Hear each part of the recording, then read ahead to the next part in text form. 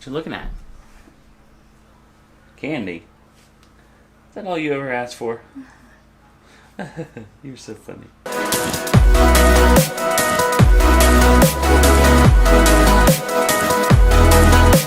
What's up, guys? Welcome to another video. What better time to do a safety video than right after a hurricane? We have some safety features, things in place in the house that we use on a daily basis to keep Abigail safe. If you don't know, this is my daughter Abigail. If it's your first time here, if it is, welcome. If it's not your first time here, then you probably know Abigail pretty well. Abigail is 12 years old. She does have autism. She is totally nonverbal. She is a runner. She has a tendency to elope, so she would run out the front door and we would lose her. She also does not understand danger. She will get into things that she shouldn't get into, and she has pica, so she will mouth things that are not supposed to go in your mouth. So we have a lot of things to consider to keep her safe. You ready to do the video? Yes? That's her nod. You want to go do it? Alright, let's go do it, okay? You want to show them your stuff? Let's go. This is Abigail's bedroom. Abigail doesn't spend a whole lot of time in here other than sleeping and playing a little bit. She does have a sensory room in her walk-in closet. We converted that over into a sensory room. I'll show that to you when we get done here because I know you're probably interested if you haven't seen it before. The things that we have on Abigail's wall are up high. We do that because she will take them down and destroy them. Not really as much of a safety hazard as it is just peace of mind. But things like that wooden item there, that actually has drywall anchors, and that's screwed to the wall to keep it in place. All of the outlets in Abigail's room have outlet covers. She's never really been one to mess with the outlets, so it hasn't been a major issue that we faced. But just for safety reasons, just in case, we do put the outlet plugs, the outlet covers in there.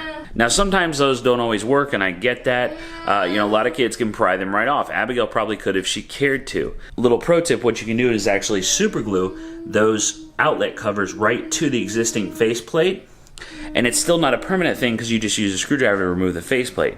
Now, if that's not enough, they do sell metal covers that actually cover the whole thing. If there's someone that you know that's an electrician or capable of doing the work, you can actually disable the electrical in a room at one outlet because it just makes a loop all the way around the room. The power does. We just installed a camera in Abigail's room along with these beautiful little fairy lights. Aren't those pretty? We just did those. But we just installed a camera up here in the corner of Abby's room. That camera it was $50 on Amazon, give or take. And it is a fixed camera, so it doesn't move at all. You actually move it manually before you put the dome on to assemble it. That camera does have night vision, and you can monitor it remotely. So if you were out on a date and you wanted to check in on your kid and make sure they were still sleeping while the babysitter was here, you could do that. It does have Wi-Fi, so the only wires that you need are the ones that actually plug into the wall. There is a ton of options for Wi-Fi cameras. I like this one.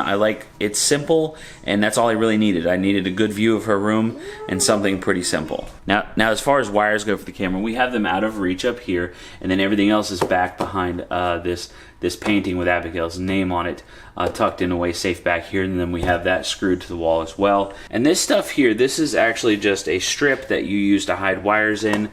It's typically used like with a flat panel TV to make it prettier, but you can paint over it so it matches the walls, which we did. And it's not totally secure. The backing plate sticks to the wall, and then this cover clicks in over top of the backing plate. But I would add screws to the backing plate, and then also once you have the wires in place and you have everything ready to go back together for the final assembly, just a bead of glue on either side of super glue, and then attach that plate. That'd be a secure way to do it, and she's not going to be able to pry that off of the wall. That's pretty much it for Abigail's room. Other than that, we just have her doorknob turned around backwards.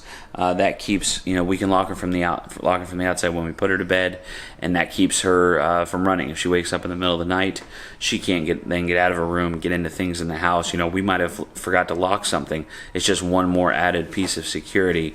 And I really like having the camera now because now we know when she's awake, even if she's just playing and being quiet, we know that she's awake and that she's safe. Okay, we're done in here. You want to go check out other parts of the house? Ready? Let's go. Am I going without you?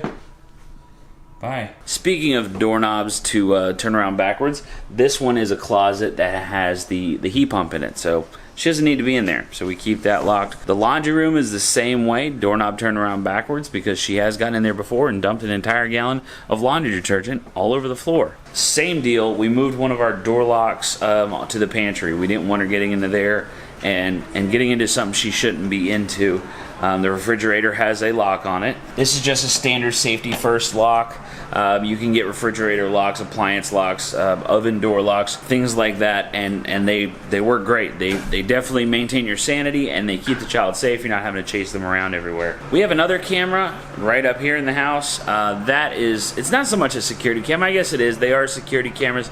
You can use them, motion detection, and it can alert you and things like that. It's kind of a nanny cam. It's kind of just, a way for us to check in and make sure everything's going good. We can actually hear what's going on in the room and then respond. We can actually talk to people in the room on it.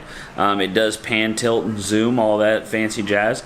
That one's made by Amcrest. Anything that I talked about, anything you're looking for is going to be down in the video description. Okay, so exterior doors. Once again, turn the doorknob around backwards. This is the garage door here, so we have to use the garage door key to get out to the garage, but it keeps her from going, because she knows how to open the garage door and go bolting out, and she will do that. At the front door, we have a door lock set up high. Kids grow. You have to adjust that. You can see here where we have holes here, that was where the door lock used to be.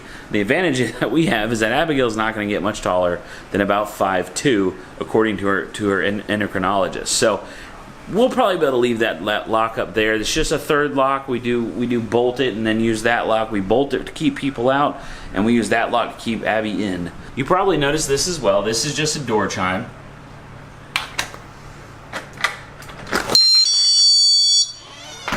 And we had door chimes built in with our security system, but this one's much louder. Like, we could hear this one from upstairs. It also has an alarm function on it, so at night, if we wanted to set this, I don't think it's necessary if you have the all the locks in place, but add a peace of mind, I guess.